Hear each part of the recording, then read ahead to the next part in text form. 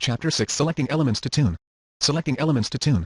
If I had a nickel for every time someone asked me, what page elements should I test? I would be a wealthy man by now. The answer to the question is, of course, it depends. It depends on a lot of factors that are unique to your industry, audience, traffic levels, and particular landing page. I wish that I could provide tactical prescriptions that would hold up for everyone like the doctor who, regardless of your malady, orders you to take 2 aspirin and call back in the morning. But there is no such thing as the right answer in landing page testing. The best I can do is to offer some perspective on selecting promising tuning elements, and to cover testing themes that have consistently produced solid results. How to think about test elements. If you did your homework after reading the previous chapter, Why Your Site Is Not Perfect, you should have come up with a long list of potential problems and concerns about your site. These issues probably range from tactical problems to fundamental mismatches between your visitors' goals and your landing page. So how do you decide which ones are worthy of testing? The following filters will help you to separate the wheat from the chaff. Breadth of impact. The Pareto principle, also commonly known as the 80-20 rule, has been applied to a wide range of disciplines and observations. It predicts that a vital few 20% of something are responsible for the vast majority 80% of the results. If you apply this notion to landing page optimization, it follows that fixing a few fundamental problems will result in securing the majority of the available conversion rate improvement. Conversely, it also implies that some of the elements that you decide to test will not affect conversion rate at all. So how do you determine what is vital and what is trivial? In general, this can be hard to do, but you can follow the guideline of looking for the widest potential impact. This can be done at a number of different levels, as you'll see next. Most important conversion actions. In many cases, you will have more than one desired conversion action. You should concentrate on improving or emphasizing the one that results in the biggest financial rewards. For example, if you offer 3 different service levels, you probably know which ones your audience already prefers and their relative revenue value. By fixing or emphasizing the mostly popular one, you stand to gain the most. If your least popular plan only accounted for 1% of sales, even doubling its conversion rate would not have a dramatic impact on your overall revenues. Biggest possible audience. Often companies have multiple landing pages for specific online marketing campaigns. You should examine which ones have the highest traffic levels and result in the highest number of conversions. Give first priority to the pages that are generating the most revenue. Many companies only focus on obviously underperforming landing pages. Of course, shoring up your weaknesses is a valid approach to improving your business. However, you should not let it blind you to the opportunities hidden away in your best performing pages. Just because they are generating a lot of revenue does not mean 555 they are optimized, or performing as well as they could be. By improving your top pages even more, you can usually unlock a lot of value. Most popular paths through your site. Web analytics software shows you the mostly popular paths flows of traffic through your site. Some of these packages even show you the reverse goal paths, the common sequences of pages that led the visitor to the conversion action. Analyzing paths can be a somewhat complex business involving several interacting factors. You need to know where traffic lands on your site. In the case of main site landing pages, the traffic may land on several types of pages on your site. For example, for an e-commerce catalog, you may have significant traffic hitting your homepage, category pages, brand pages, search results pages, and product detail pages. The mix will depend on your particular business. Do not pay attention only to the size of the landing page traffic flows because not all traffic has equal value. For example, your homepage may have a high percentage of type-in traffic. This may mean that you have a strong brand and people are proactively seeking out your company, with a correspondingly higher likelihood of conversion. Conversely, most of your homepage traffic may be from your successful SEO efforts. Unfortunately, the traffic may be coming primarily from generic keywords. In such cases, the large number of visitors may hide the fact that they are disinterested tire kickers, who are much less likely to convert. A lot of traffic, especially from paid campaigns, lands on pages that are deep within your site. This deep linking is intentional, and is used to present the most relevant information possible. Deep linking is common in PPC campaigns, where the intent of searchers can be inferred from their keyword. Those who use generic keywords are sent to your homepage, while those showing more specific intent or knowledge about their needs are taken directly to particular information, or to product detail pages. The conversion likelihood of the deep link traffic is usually significantly higher because of visitors' later position in the decision process, and the targeted information that they see on the landing page. You can combine all these factors into a single metric for estimating the magnitude of the potential losses for each type of landing page within your site. Multiply the revenue per visitor for a particular type of landing page by the number of visitors who land on it. This will give you a revenue estimate for the traffic source. Multiply that number by the bounce rate, the percentage of visitors who immediately exit without viewing another page. This will give you a rough sense of the potential lost revenue. You can now rank order your pages and focus on the ones with the largest lost revenues first. Actually, things can get a little more complicated in the real world. Sometimes a page can serve as both a landing page and as a link in the conversion path from other pages upstream of it. In such cases, the lost revenue calculation can be extended to include not only its bounce rate but also its abandonment or drop-off rate for traffic that is simply passing through it. But the basic idea is still the same to estimate the value of the dollars draining out of your leaky conversion bucket. Let's take a look at a specific example. Assume that you run a site for generating real estate agent buyer leads. You get paid a fixed amount for each visitor that you deliver to a local real estate agent's homepage. Your only traffic source is a national PPC campaign on popular search engines. You use a mix of general and specific keywords, e.g., buying a house, California home listings, San Diego real estate. Depending on the specificity of the keyword, the traffic is landed on the homepage, a state-specific page, or a local community page. If searchers land on the national page, they must select a state page and then a particular local community page, before taking the desired conversion action clicking over to a local real estate agent's website. Similarly, those landing on state pages must first click on a local page, and then on the paid link. The three types of pages have the following characteristics, see figure page 170. As you can see, the lost revenue of each page is surprisingly close, especially given the significant differences in direct traffic levels. Because the state and local pages act as conduits for upstream traffic, their value is enhanced significantly. As I discussed in the Myth of Perfect Conversion section in the first chapter, you will not be able to convert all your visitors under any circumstances. So the lost revenue calculation is an upper limit on the actual performance improvement, and should serve only as a rough guide for prioritizing the pages to test first. Most prominent parts of the page. All page elements are not created equal. A visitor's scanning behavior changes based on the specific task at hand. During e-commerce comparison shopping, visitors may inspect all items on a particular search results page with roughly equal attention until they find the right one. When reading articles or a column of search results, visitors will scan the material starting from the upper left corner and focusing with decreasing attention to each new subheading or entry in the list. But there are common general considerations. Eye tracking and other behavioral studies have consistently shown that people pay inordinate amounts of attention to the information near the upper left corner of a page when they are trying to get oriented. They look for important content in the central portion of the visible page, and typically ignore information in the upper right and lower left corners. Placing items above the fold is critical for the awareness stage of the decision process, since you can't click on a link that you do not even know exists. But there is some evidence to indicate that the fold is not at the actual visible limit of the browser window. People start tuning out when they get about 2/3 of the way down the screen. In fact, many people would rather scroll something up into the middle of their screen to examine it than look down to the bottom of the page. Granularity. The granularity of your test elements is the level of detail at which you will make changes to your design. At one extreme, you can use specific and fine localized variations such as changing button colors or text font sizes. At the other extreme, you can create coarse and fundamental changes that incorporate dozens of smaller individual design alternatives. It is not uncommon to completely redesign your whole landing page and test it head-to-head against your original. In between is a continuum of possible scales at which you can test proposed changes. Sometimes these design alternatives can be nested within one another. For example, you may change the text of the call to action button on your form, change all of the text labels on the form input fields as well, or also change the size of the form and its position on the page. As you will see in the next chapter, the math of tuning, the size of your test will be constrained by the traffic to your landing page and its data rate, the number of conversion actions per unit time. In Chapter 8, Tuning Methods, you will also understand the limitations on the total number of alternative designs possible for each particular tuning method. Changing the granularity of your test allows you to include all or most of your important ideas, while still fitting into a reasonable test size. Reducing search space size is done by combining several individual changes into a single larger variable for testing. At SiteTuners.com we use our proprietary tuning engine technology to routinely run large-scale tests involving millions of possible versions of a landing page. When this kind of test size is available, it makes sense to get very granular on most of the changes that you are considering. With other testing methods or low data rates, you will be forced to consolidate your test size.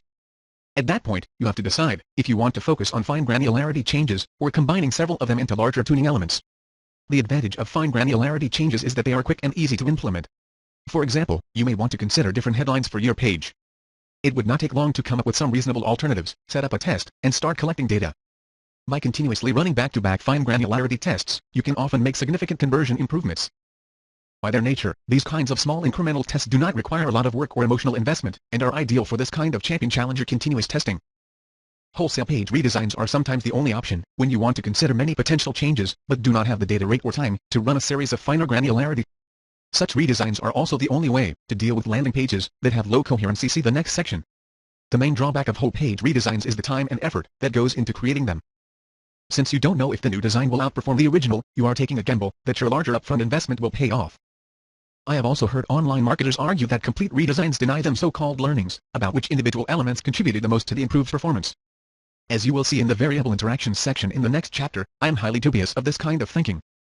It is based on the flawed assumption that the individual elements are completely independent of one another, when in fact they are often highly dependent on the context in which they are presented. There is no inherent advantage to testing fine or coarse granularity changes. In a fine granularity test, one of SiteTuners.com's business-to-business clients used a free quote request headline for their lead capture form. We proposed changing the single element of the landing page to instant quote, and saw the form fill conversion rate skyrocket by 58%. For SiteTuner's.com client power options, we were asked to improve the sign-up rate for a free trial of stock option research software. See the case study under the delayed conversion section in Chapter 11, Avoiding the Pitfalls, for additional information. We concluded that the only viable option, because of the low data rate and fundamental issues with the original page design, was to test complete redesigns of the page. We tested the two whole-page alternative redesigns against the original in a three-way head-to-head test. Both of the new designs significantly outperformed the original, with the winning one resulting in 75% higher revenue per visitor after completion of the free trial. Granularity does not have to be uniform among the elements that you are testing. I frequently devote more attention to key elements of the landing page. For example, I may have different call-to-action button colors complementing the rest of the page or contrasting formats of button only, or a button with a text link under it, and text several alternative variations. For less important or visible parts of the page, e.g., the footer, I may only test one alternative that includes several concurrent changes that might improve performance. Sweep. Closely related to the granularity of a tuning element is the notion of sweep. Do your alternative testing element ideas represent radically different outside the box? Or are they attain incremental change that is unlikely to produce significant changes in visitor behavior? Efficiency is doing things right, effectiveness is doing the right things. Business management guru Peter F. Drucker. You have a choice. You can continue to refine your landing page within the current framework of its design, messaging, and intention in an evolutionary manner. Or you can test extreme and radical revolutionary alternatives that can fail miserably, or produce unexpected levels of breakthrough performance. There is no correct answer. The level of iconoclasm in your testing depends on your company's culture of risk tolerance and business objectives. Coherency. You can put lipstick on a pig, but it's still a pig. Common saying. Coherency is an overall sense of your design hanging together. It is a congruity and harmonious consistency in the relation of all landing page parts to the whole. It is clear to most internet surfers within a split second of clicking on a link whether the destination page has coherency. It is also clear when coherency is lacking. Visitors respond to incoherent pages with a variety of gut reactions, and none of them are flattering. In the extreme, such pages can be experienced as tacky, cheesy, bewildering, or obnoxious. Unfortunately, you have probably seen hundreds of examples before. Who you are screams so loudly in my face, I can't hear a word you are saying. Ralph Waldo Emerson. Low coherency landing pages affect visitors on an emotional level, and no amount of logic will convince them to linger on them. And that may be a pity, because the content may be relevant to their needs. But they can't get past the cognitive dissonance of the inconsistent presentation to even focus on the intended message. Incoherent and unprofessional pages also give most consumers a low confidence in the product. Review the usability basics section of the preceding chapter to make sure that everything works smoothly together. The visual design of the page is particularly important. This includes consistent color palettes, professional graphics in the same visual style, consistent font sizes, colors, and families, and the amount and layout of the writing. Coherency is an emergent property of the unified whole. All of the supporting elements that contribute to it must work together. Because of this, I often suggest that the coherency-related elements all be grouped into a single unified look and feel test element that governs the visual experience of your landing pages. As I mentioned in the previous section, the need for high coherency is an excellent reason to consider whole page redesigns, especially in low data rate environments. This allows you to fix all known visual problems in one shot. Often the details of good coherence have already been formally codified in your company's visual design brief document. Much of the actual implementation can be encapsulated in HTML cascading style sheets. Conversely, if fine granularity elements are used, the tester can unwittingly decrease the coherency of the landing page. This happens in two primary ways: mixing and unexpected juxtaposition. Let's assume that all of the elements you decide to test on your original page have significant problems. That is, of course, the reason you chose them in the first place. You spend considerable time writing your test plan document and coming up with better alternatives for each of the original elements, and you succeed. Each of the new elements is in isolation indeed better than its original counterpart. In fact, when they are all collected together in a highly coherent new whole, they become even more synergistic and powerful. Unfortunately, if you are running a typical multivariate test, the new elements will be mixed and matched at random with other elements that were part of your original design.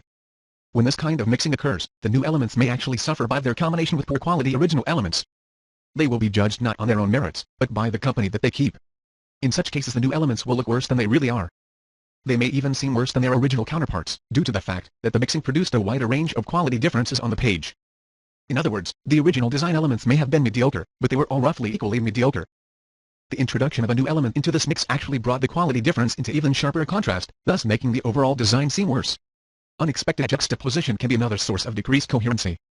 Since all elements are shuffled randomly in the testing process, it is critical to consider in advance how nearby combinations of elements may appear, and to anticipate potential problems. For example, let's assume that you have a landing page that includes a call to action button, long descriptive text, and a second call to action button with different text. Your test plan contains alternatives for the last two elements. In your brainstorming, you decide that since most people won't read the long descriptive text, the alternative is to remove it altogether, a reasonable variant to test. You also figure that having a consistent call to action is important for the strength of your messaging, and decide to test a copy of the first call to action, as an alternative to the second one, also a reasonable course of action in isolation. However, based on this test plan, a quarter of your audience will see a version of the page that includes two back-to-back copies of the first call to action button without any intervening text. Most visitors will think that your landing page is broken, or that your web designer accidentally inserted an extra copy of the button. In either case, they will probably have a negative reaction to it. So both the removal of the descriptive text and the repetition of the first call to action in the second one will be penalized. This example was fairly obvious, but this type of test design mistake is common among inexperienced testers. Audience segmentation. There are two different outlooks on whether to segment your audience for testing. One group of online marketers insists that you should test for the winning combination of elements separately for each traffic source. The other suggests that you aggregate all of your available acquisition traffic together for purposes of testing. Actually, both are correct depending on the main focus of your testing, content and offer focus. If you are primarily focused on tuning elements of your offer such as price, promotions, or service levels, the traffic source can become important.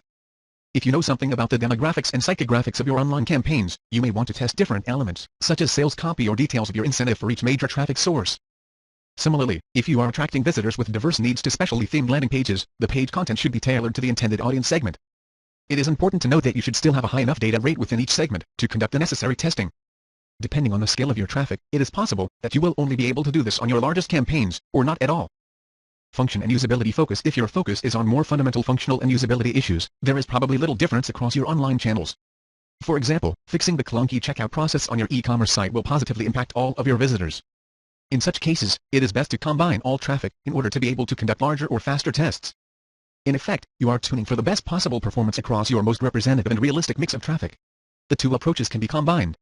For example, let's assume that your visitors land on a large number of landing pages that all share a common structure. You can first tune across all traffic sources to fix your functional and usability issues with the page template, and then tune the message and content of the pages for each specific audience. Longevity. Another key consideration is the longevity of the elements that you are considering. The value of a landing page change depends on how well it will hold up into the future. Changes to time-sensitive promotions or special offers may cause a significant conversion improvement, but they will be short-lived. By contrast, changes that fix underlying usability or coherency problems will continue to provide benefits for the whole time that the improved site design remains in use, possibly for many months or even years.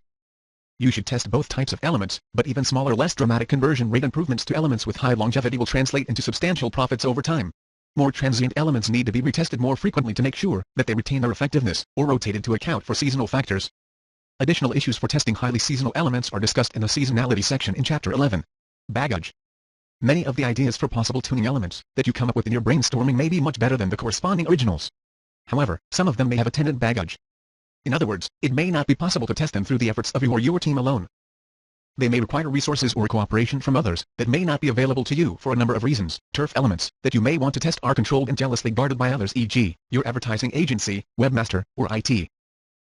Skill set: you need unavailable outside experts to help create certain elements, e.g., usability reviewers or professional graphic designers. Resources: a significant amount of money or staff time is required to implement the elements, e.g., web design, copywriting of new content, or programming.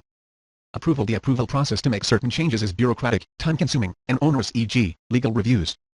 Schedule: the creation of certain elements would introduce long delays, e.g., programming functional changes to data-driven websites. Such practical considerations should definitely be a part of your decision-making. If you feel that you have plenty of other ideas that may yield significant conversion rate improvements, you may want to eliminate the problematic elements from your current test plan. You can always include them in a follow-up test once you have established a track record of success. However, if the changes are important enough, you may want to push them through anyway, despite the political cost and effort involved. Please see the Company Politics of Tuning section in Chapter 9, Assembling the Team and Getting Buy-in. Selecting elements to tune. Not all things on your landing page matter. As I discussed earlier, the Pareto principle, also known as the rule of 80-20, suggests that a few key changes to your page will result in the biggest conversion rate improvement. This implies that there are a large number of trivial changes that will not help at all. Since you don't know ahead of time which those are, you must resign yourself to the fact that not all of your testing ideas will pan out. In fact, some of your elements may already be great performers, and your proposed alternatives will actually drag down conversion rates during the test. One key thought to keep in mind: your mileage may vary. Do not automatically copy recent changes that your competitors have incorporated in their sites. They may not know what is best, or their audience may respond differently than yours. The only way to be sure is to test on your own audience.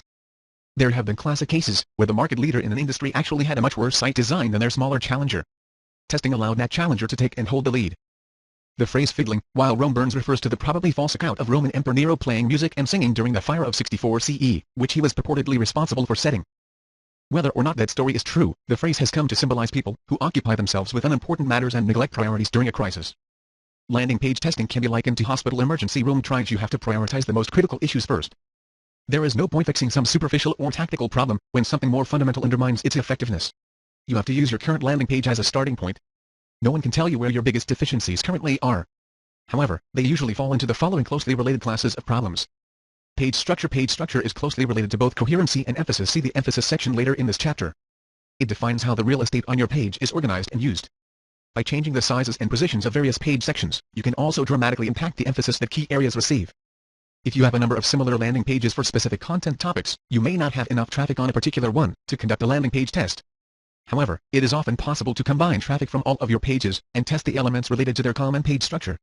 Typical page structure testing elements include size and contents of page header, size and contents of page footer, size and location of page navigation, placement of trust symbols and credibility logos, separation of page shell and navigation from page content, size and location of forms or other calls to action, mirror image swapping of key page sections, e.g., a form located to the left of the text or to the right, vertical stacking versus horizontal arrays of page sections, single versus multiple columns. The location of your navigation is closely tied to the number of columns on your page. In general, try to use vertical menus, because horizontal menus take up more valuable vertical screen real estate. Since people do not like to read wide text blocks, vertical menus also enhance readability by making the page content narrower on wide screen monitors. Information architecture. As you may recall from the previous chapter, information architecture defines the way that information is organized on your website. It should basically create an accurate mental map of how your site works and how the visitor can interact with it. Typical information architecture-related test elements include self-selecting by role or by task, clear and distinct descriptive link text and choices, sensible and prominent page titles, breadcrumbs or other context you are here, consistent placement of all page elements, navigation, organization of menu options, number of available choices presented, alternative navigation methods, cross-linking to other key information, availability and format of on-site searchability to avoid, minimize, reverse, or easily correct mistakes, e.g., on-page error checking, context-sensitive form fields, presentation. Presentation mainly has to do with the format in which you deliver your message. Although it is a close cousin of both page structure and emphasis, it has its own distinct flavor. Typical presentation testing elements include degree of detail, e.g., full text, or links to supporting information, writing format, inverted pyramid versus traditional prose, choice of input elements, e.g., radio buttons or pull-down lists, action format, e.g., buttons, text links, or both, editorial tone of your writing, use of alternative formats and modalities, e.g., charts, figures, audio clips, video, presentations, demos. Emphasis. Emphasis is about the relative importance that you place on something. Resist the temptation to pump up the volume on everything, since this just annoys your visitor. In fact, there is evidence that obvious and obnoxious visual elements are automatically tuned out by some people's so-called banner blindness.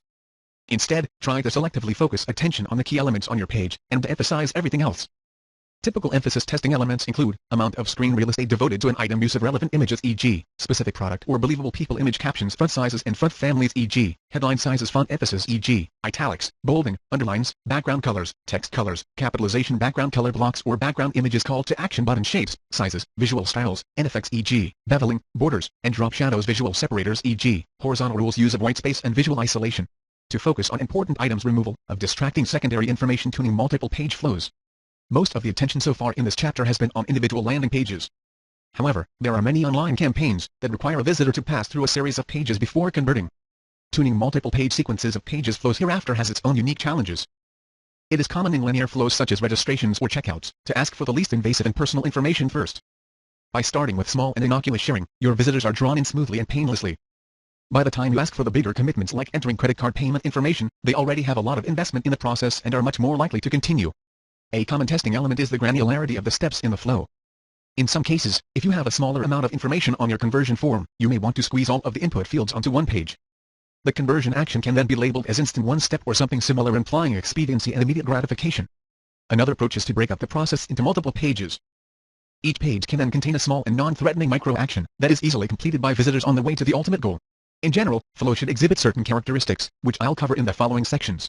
Systematic. I have already discussed roles, tasks, and the AIDA stages of the decision process at length. The matrix framework provides a systematic view of who needs to accomplish what on your site, and makes sure that visitors have the proper support at every step along the way. When identifying problems with your current site in the previous chapter, you should have noted any missing or incomplete parts of the matrix for your campaign. Now is the time to rectify the situation. Imagine that you are trying to get your visitors to cross a rickety rope bridge across a wide chasm. This analogy is not too much of a stretch. In terms of attention spans on the web, you are requiring a significant commitment on the part of your visitors. If you do not put in place a series of solid and reasonably spaced planks, most people except for a very determined few will not make it across to the conversion goal on the other side. You should consider testing changes to your site that will fill in the missing pieces. Sometimes this will require creating significant new content such as wizards, demos, or video presentations, but often you will only need to reorganize content that already exists, and put it into the language of your visitor instead of your company. Connected. Even if all of the cells in your matrix have been properly filled in, this is not enough. There must be strong and obvious connections between adjacent ones in order to maintain or increase the visitor's physiological momentum toward the conversion goal. Researchers Peter Pioli and Stuart Card at the Palo Alto Research Center, formerly known as Xerox PARC, have worked for many years on their information foraging theory. It describes how people hunt for information on the web much like wild animals in search of their prey. They follow information sent in order to determine if they are getting closer to their goal. They will keep clicking on additional links if they feel that the scent is getting stronger. Otherwise, they might simply give up and start foraging in some other location, your competitor's website, for example. The information sent is conveyed by clues in their immediate environment. Mostly these are in the form of links on the page. So devote particular attention to the connections between pages, make in content and navigation link text clear and objective. Describe exactly what visitors will see on the destination page. Match the title on the destination page with the inbound link text used. Do not use cute language, made-up words, or industry jargon in link text. Do not use generic link labels such as click here. Restrict your link text to scannable short phrases. Do not create links out of long sentences. Lead people to more specific information with each click, as they try to zero in on their goal. Provide feedback about visitors' current context, and their position in the big picture. I'll discuss this topic further in the next section. Your visitors' process may have started off of your site, unless they typed in your URL directly. In such cases, the landing page should match their expectations, e.g., in terms of the search term they typed in. Echo the search term or inbound link text on your page, or take visitors to the most relevant starting page possible, if you are using PPC to drive traffic. This helps them to bypass all of the more generic information near the top of your site, and deep links them closer to their intended goal. If you are using graphical buttons to advance visitors through a process, follow the language conventions listed earlier for button labels. In addition, consider augmenting your buttons with identical text links just below. Some people will overlook larger graphics, but will respond to the humble text link. Get rid of non-essential buttons like the common form reset. If you absolutely must have more than one button, follow proper conventions, e.g., the button on the left should represent the primary desired action, with the others serving as exceptions. You can also use different button colors or sizes to indicate relative importance, or to shift the visual focus. Flexible. Unfortunately, even a well-connected and systematic matrix is not enough. In reality, many of your visitors will not follow an orderly progression along the neat and well-marked little paths that you have laid out. They may jump around, they may back up, or they may leave and return much later, after forgetting most of their previous interactions with your site. Highlighted content. The stranded parachutist. Imagine that your website visitor is a parachutist who was blown off course in the middle of the night. He crash lands and breaks through the roof of your house, and lands in the middle of a particular room. He is completely disoriented and knows nothing about his surroundings. There are several closed doors leading out of the room. What have you done to prepare for these kinds of unexpected guests? Have you left enough clues and markers to quickly guide them to their goal with a minimum of confusion, disorientation, and frustration? End of highlighted content. Many visitors will not even arrive at your front door. They will enter on pages deep within your site that were never designed as starting points for your conversion process, e.g., previously bookmarked pages, links in blogs, or from organic search results. You can do several things to prepare for the random entry points and unpredictable visitor behavior. Provide context. It is important to provide consistent global navigation on your site. In addition, you should provide "you are here" information via breadcrumbs. Alternatively, you can include a map showing progress and the current step in a linear process. Provide cross-links to important pages in your conversion process from all deep linked content pages that might serve as entry points into your site. Be flexible. Allow visitors to wander off of the conversion path and look around. Always let them back up or easily undo actions that they have recently taken. Include obvious cross-links to return them to various points in the conversion path. Save visitor state. Use cookies or other tracking methods to record your visitors' behavior. If they have previously filled in some information on a particular page, always save and repopulate it upon their return. If you normally collect information in a linear fashion, try to piece it together opportunistically instead. Sometimes the order in which it is entered is not important. As long as you end up with all of the required information by the end of the conversion action, you should not insist that it be collected in a predetermined particular sequence. Yes, this is a bit more of a pain from a programming standpoint, but it is your visitors who are buying your product, not your software developers. Timeless testing themes. I have spoken many times on the topic of landing page testing and tuning at various search engine strategies conferences. On the discussion panel we have had speakers from several testing companies. Despite our differences in focus and approach, we were able to identify certain commonalities with regard to what leads to consistent conversion improvements. These are not specific prescriptions, but rather promising areas and directions for your own testing explorations. Not surprisingly, all of the testing themes that I discuss next are directly related to the AIDA decision process stages described in Chapter 4. Less is more. Although the general idea of uncluttering is powerful throughout the decision process, this testing theme has an especially powerful impact on improving visitor awareness. If visitors do not recognize quickly that you have something in which they might be interested, they will leave your site immediately. In Figure 6.1 you can see a web analytics report showing distribution of visit lengths to a site. The bars show a general bell curve shape with a peak at 61, 180 seconds. This amount of time spent on an on-news site is impressive. However, the long bar at the top indicates that over 55% of visitors punched out within 10 seconds. These short timers are the ones who are likely to have bounced and not clicked on any other links from their original landing page. They represent a significant lost opportunity. Figure 6.1 Web Analytics Report on Length of Visit. Page 184. Within this problem lies the opportunity for clearing away the clutter and significantly increasing the number of people who have meaningful interactions with your site. Less is more applies to a whole range of test elements, fewer and smaller graphics. Shorter bolded text. Reduced number of choices and links. Highlighted. Less is more is an exercise in editing. Instead of creating alternatives to the original page's elements, you should consider doing away with them altogether. End content cut until you can't stand it anymore, and then cut some more. You will be surprised at how little content is needed on a well-designed landing page. Don't be afraid to try radically strip down alternative test elements. Case study RealAge.com. SiteTunners.com. Client RealAge.com has developed a unique test that determines the biological age of your body based on how well you have maintained it. It has received widespread exposure and has been featured in several newspaper and talk and news shows. The whole business depends on the number of people who sign up for the free RealAge test. RealAge had already tested a number of ideas to improve the efficiency of the sign-up process and thought that they were doing well because of their high double-digit conversion rate.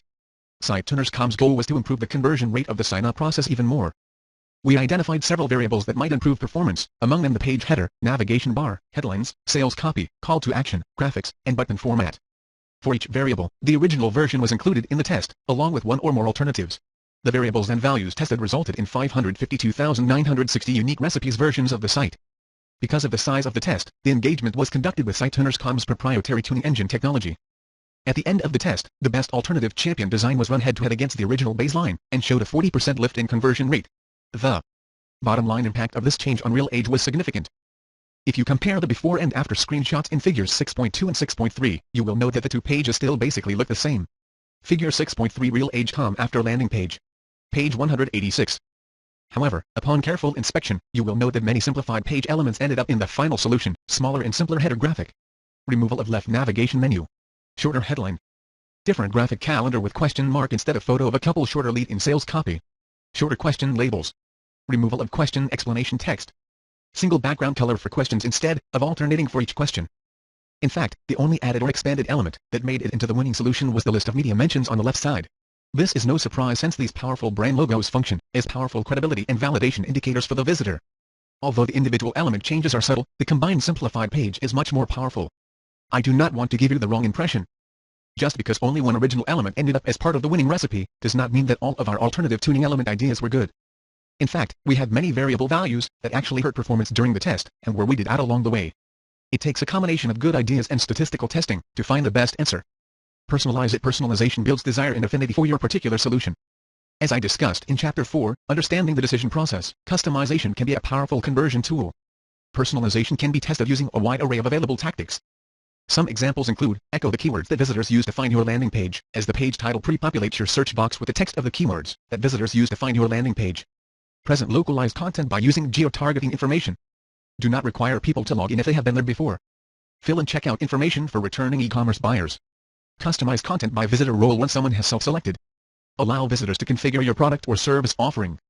Display deeper or richer content to those who have shown enough commitment based on page views or time on your site. Show last-minute special offers via exit pop-ups to visitors who are about to leave your site without converting. Follow up by phone or email if someone abandons your registration process partway. Proactively initiate a live chat session if your visitor is clearly struggling with something on your site. Of course, you have to be careful to use personalization properly. It can be very effective. However, if your tactics are unexpected, they can backfire and become off-putting in a Big Brother sort of way. Some of the suggested testing elements above require the use of a content management system and multiple session tracking, or even tie-ins to your customer relationship management CRM or Salesforce automation SFA systems. New segmentation, targeting, and business trigger capabilities are also becoming increasingly commonly in web authoring tools. But even without these, many personalization tuning elements can be implemented with the use of simple cookies and information extracted from the visitor's browser environment settings. Test the offer. Ultimately, it is your offer that gets a visitor to act. However, when considering specific testing elements, there are a lot of ways that you can influence someone: the primary offer, the total solution surrounding the offer, as discussed previously in Chapter 4 headline, sales copy, images chosen, call to action text and graphical format, repetition of the call to action in multiple screen locations and formats, offer context, e.g., by bracketing the desired action in a bronze, silver, gold set of options, limited availability or other scarceness indicators, e.g., deadlines, remaining inventory. Pricing is also a vital part of the offer and will be discussed in more detail in the next section. Price testing. Technically, testing price is simply a component of the offer. But because of its powerful influence on purchase conversions and other particular qualities, it deserves a separate closer look. The price testing that I am discussing applies only to a single item. Tuning catalogs of items is a much harder problem. The advantage of price testing on the web is that you have several desirable conditions, large numbers of new prospects, who have not been exposed to your company, before ability to easily modify pricing displayed to a particular visitor, ability to hold all other factors constant, and to end tracking and immediate recording of the sale. However, a host of possible issues make price testing potentially problematic even on the web. Seasonality, changing supply-demand imbalances, product obsolescence, degree of commoditization, reactions of your competitors. Because of this shifting environment, it is important to regularly retest your price to detect any significant changes. Although I refer to product pricing in the following sections, the same applies to services pricing as well. True price testing is still something of a Wild West situation in practice. Hopefully the following summary will give you a framework for how to approach it. Qualitative methods. There is a whole industry around pricing and profit optimization. Most companies in this field are consultants and have an array of qualitative methods to determine the correct price. Some common approaches and considerations include expert judgments, primary research, benchmarking, internal data analysis, user or sales prospect focus groups, product life cycle. Pricing consultants have radically different methodologies and approaches. Some are more evidence-based, while others prefer more intuitive soft considerations. Quantitative methods. At the end of the day, whatever pricing you come up with via qualitative approaches, you would still have to test the predicted best price point on your actual visitors. This section gives you an overview of common methods that can be used on your landing page. Price testing basics. All of the website elements that I have discussed so far in this book have something in common. They are discrete variables. In other words, they involve distinct choices. Should you have a red button, a blue one, or a green one? Should you use our current page headline or a new one? Should you offer free shipping with product purchase or not? Focusing only on discrete variables overlooks an important class of variables that can also dramatically improve conversion rates. Continuous variables can theoretically be set to an infinite number of different values. One of the most important continuous variables is the price of a product. Price can be varied over a wide range in 1 cent increments. There is no way to properly guess the exact value that will give you the highest profits. A typical price-profit curve for a single product looks like an inverted U-shape. See figure 6.4. At the lower end, your profits will be zero, because you have no profit margin left. In other words, the price of the product equals your cost to produce and deliver it. At this point, it does not matter how many people buy, there is no profit to be made. At the higher end, your profits will also approach zero, because the price will be too high, and you will not have any customers. Figure 6.4 typical profit curve, as a function of product price. On page 190. Of course, the exact shape of the profit curve will vary widely depending on your specific situation. It may have a flat top and gentler fall off at the shoulders. Setting the wrong price can have disastrous consequences for the success of your product or service. Your goal should be to set the price at or near the profit sweet spot at the top of the curve. There are several common approaches to finding the right price. Spot testing. Most companies treat price as a discrete variable. If you try to test price as a discrete variable, e.g., you test 3 distinct prices: your current price, a specific lower price, and a specific higher price, you are only getting information about the exact prices you choose to test. You will know which one of the tested prices is better. But you will not know if any of them are at the exact profit optimum point. In other words, you may very well be leaving money on the table. The only advantage to this approach is that it works with your existing discrete variable landing page optimization tools. If your only alternative is not to test price at all, then you should use spot testing. A little bit of something is better than a whole lot of nothing. The situation is even more difficult with upsells. Because of the strong variable interactions between the base product and the upsell, it becomes very difficult to test reasonable combinations of the base product price and the upsell price by using spot tests. See the last section in this chapter for an alternative method. Walking the price curve. As I mentioned above, the typical single product profit curve looks like an inverted U-shape. Many companies conduct informal price testing by walking this curve. They change the price and measure the resulting performance. If it improves, they incrementally change the price again in the same direction, either raising it more or lowering it more depending on the circumstances. Eventually they will overshoot the top of the curve and experience a decline in profits. At that point they back up to the previous price and lock that in as their winner. This approach has significant drawbacks. First, it can be very time-consuming. Depending on the size of the price change increment that you choose, you may have to run several back-to-back tests. The lost opportunity cost of being at suboptimal pricing for the length of these tests can be significant. Second, there is no clear way to decide on how to calculate your price change increment. Some companies use a fixed amount, others use a percentage of the current price. Regardless of the approach, if you choose incorrectly, you will either require many tests as mentioned above, or not find the top of the profit curve, because your increment is too large. Third, pricing changes are done sequentially. Once a change is made, everyone sees the new price. As I describe in the bias sample section of Chapter 7, the math of tuning, sequential sampling should be used as a last resort. You don't know what other outside factors have impacted price across all of your tests: seasonality, traffic changes, or external events such as competitor price changes or company announcements. Price elasticity modeling. It is possible to build a model of the predicted sales conversion rate as a function of price. Such price elasticity models are constructed using a variety of mathematical approaches and include different assumptions at their core. but the basic idea is the same. If you can predict what percentage of people will buy your product at a given price, and you know your costs at any price point, you should be able to calculate your profit per visitor for all prices. SiteTuners.com has developed a proprietary price tuning methodology for determining the exact shape of the profit curve based on the actual behavior of website visitors. Example, single product price elasticity model. At SiteTuners.com we normally bracket the current price with a higher and lower value. The original price and the two bracket prices are shown randomly to new visitors. If the profit maximum falls between the two bracket values, we can create a model for all of the intermediate prices. From this we can determine where the top of the profit curve lies. We then conduct a head-to-head test of the original price against predicted best to verify results. Figure 6.5 shows the results of an actual client engagement. The original ebook product price was $20. Even though fewer units were sold at the profit optimum price of $47, it was actually 37% higher in terms of revenue and profit per visitor. Figure 6.5 Single Product Price Elasticity Curve. Page 192. It is possible that your current price is already close to the profit optimum, especially if the top of the profit curve is pretty flat across a wide range of prices. Since the model also predicts the conversion rate at a given price, you can consciously make the trade-off between higher market share and perceived exclusivity in such cases. In other words, you can choose a lower price and more customers, or a higher price and fewer customers, while still maintaining a near-optimal profitability per visitor. Price elasticity modeling also works for a product with a single upsell option. Within this configuration you need to determine the revenue per visitor optimal pricing for both the base product and the upsell. The upsell can be displayed in parallel, shown side by side on the same page, or serially shown on a subsequent page once someone has decided to buy the base product. Parallel and serial presentations can result in radically different pricing models. Parallel presentations tend to show stronger influences between the base product and upsell, since they appear near each other on the same page. Serial models are more independent, since the visitor has already decided to open their wallet for the base product, and is then presented with the upsell. Because of this, it is best to independently find the best price settings for the parallel and serial models, and then pick the one that produces the highest profit per visitor. Example, single product plus upsell price elasticity models. In Figure 6.6, the optimal pricing for the base product alone would have suggested a $36 price point. However, when taking the value of the upsell into account at different base prices, the best price point for the base product turned out to be $28. If left uncorrected, this mistake would have cost the client approximately 5 cents in profit for every visitor, a very large sum considering the traffic to their landing page. Figure 6.6 Single Product with Upsell Price Elasticity Curves. Page 193. In the next chapter, we will switch gears and start looking at the math involved in tuning. So buckle up, and let's go.